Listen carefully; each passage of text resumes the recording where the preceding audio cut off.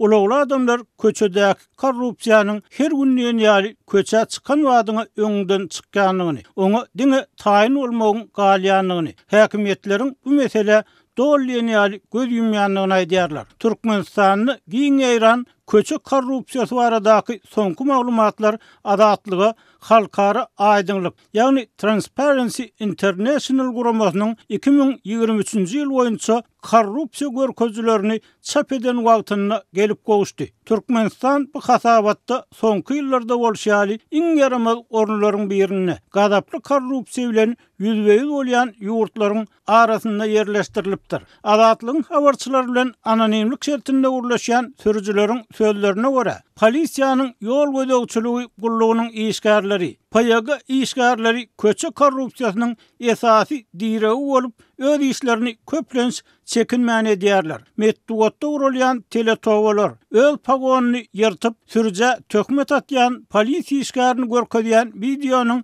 sosial ulgamlara syzdyrylmagy emele gelen agyr ýagdaýa uly bir täsir etmedi. Şol wagtda Aşgabatdaky köçe korrupsiýasy bilen Tertlerdäki köçe korrupsiýasynyň arasynda biraz tapagut bar. Welayatlarda işleýän payaga işgärleri paralman durup bilmeýär diýip Tewit ýaşaýjylarynyň biri aýtdy. Onun pikirçe protokoller esasan daýhan adamlar, sada adamlar üçin ýazylýar. Düzgünü bolan pully ýa wezipeli adam bolsa protokol ýazylmaýar. Şeýle-de adatlygyň söhbetdeşi payaga işgärleriniň esasy iki bölegi, täze işgär we tejribeli işgär diýen bölekleri bölünýändigini aýtdy. Ýaňy işe başlan ýol gözegçilik gullugynyň işgärleri para almaga gorkýar. Olar protokoly ýazmalysyndan hem kän ýazyp gündelik planlaryny artykmazy bilen doldurýarlar. Emma tejribeli işgärler başlyklary bilen gürleşip günde alan parasyny paýlaşýarlar we kän jerime ýazgylaryny ýazmaýarlar. Diýip adatlygyň söhbetdeşi bu ýagdaýyň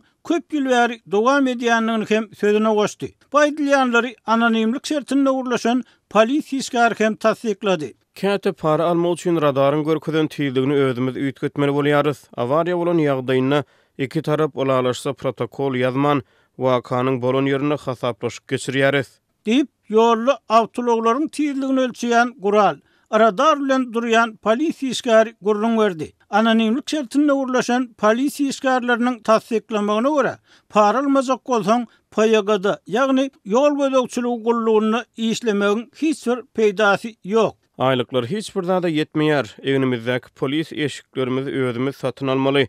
Edaranyň beren awtology döwülse özümiz bejertmeli. Diýip işleýän sewtiniň hem agdalmalygyny soran işgär aýtdy. Bir-birinden habarsyz, aýry-aýrylykda gurlaşan polisiýa işgärleriniň sözlerine görä, payaga işgärleriniň käbiri sürüjülerden günne 1000 manat çemesini para alýar we onuň belli bir bölegini özüne alyp galanyny bermeli adamlara berýär. Türkmenistanyň köçe korrupsiýasy açyk sır bolup adamlaryň gözüniň aldyna diýen amal asyrlýar. Ýöne bu korrupsiýa karantin döwründe maska takynmadyk adamlara jerime salynan günleri has girdejil boldy. Şol döwürde şäher ýerlerinden gowjay, täze maşin satyn alan payaga işgärler köpeldi. Şu sebäpden payaga işgärleriň arasynda karantin döwrüni ýatlap, ony ırskally ýylyp atlandyrýan adamlar hem bar diýip adatlyk bilen gurlaşan ýerli synçy aýtdy.